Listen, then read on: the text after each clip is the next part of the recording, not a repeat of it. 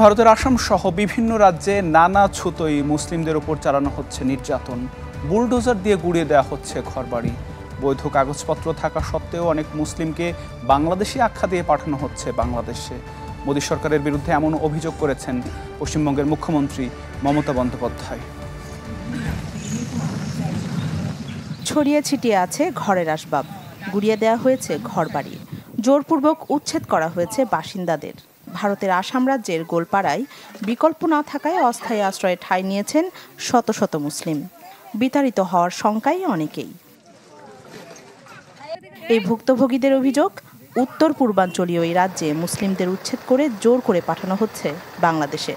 গত কয়েক সপ্তাহে হাজারো মুসলিম পরিবারের ঘরবাড়ি বুলডোজার দিয়ে গুঁড়িয়ে দিয়েছে স্থানীয় কর্তৃপক্ষ। দমন পীড়নের ঘটনাই হয়েছে প্রাণহানিও।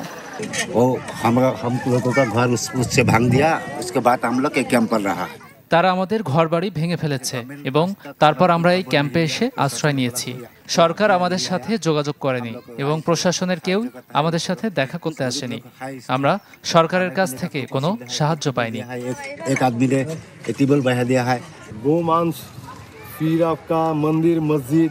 গরুর মাংস, মন্দির, মসজিদ, মুসলিম এসব নিয়ে কথা উঠলেই তারা আমাদের বাংলাদেশি বলে।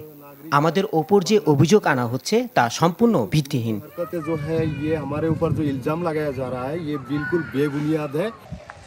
2021 সালে বিজেপি নেতা হেমন্ত বিশ্ব শর্মা আসামের মুখ্যমন্ত্রী হওয়ার পর থেকে অন্তত 50,000 মানুষকে উচ্ছেদ করা হয়েছে, যার বেশিরভাগই বাঙালি মুসলমান। সরকারি তথ্য বলছে, গত এক মাসেই আসামের 5টি এলাকায় প্রায় 3,400 মুসলিম পরিবারের ঘরবাড়ি গুঁড়িয়ে দেওয়া হয়েছে। এমন সময়ে আসামে এই ধ্বংসযজ্ঞ চলছে যখন প্রধানমন্ত্রী নরেন্দ্র মোদীর হিন্দু জাতীয়তাবাদী দল বিজেপি আগামী বছর বিধানসভা নির্বাচনে রাজ্যটিতে ফের ক্ষমতায় যাওয়ার চেষ্টা করছে। এদিকে আসাম সহ দেশ জুড়ে মুসলিমদের উচ্ছেদ ও জোর করে বাংলাদেশে পুশব্যাক করার বিষয়ে মোদী সরকারের তীব্র সমালোচনা করেছেন পশ্চিমবঙ্গের মুখ্যমন্ত্রী মমতা বন্দ্যোপাধ্যায়। বৈধ কাগজপত্র থাকা সত্ত্বেও অনেককে জোর করে বাংলাদেশে পাঠানো হচ্ছে, এমন অভিযোগ মমতার।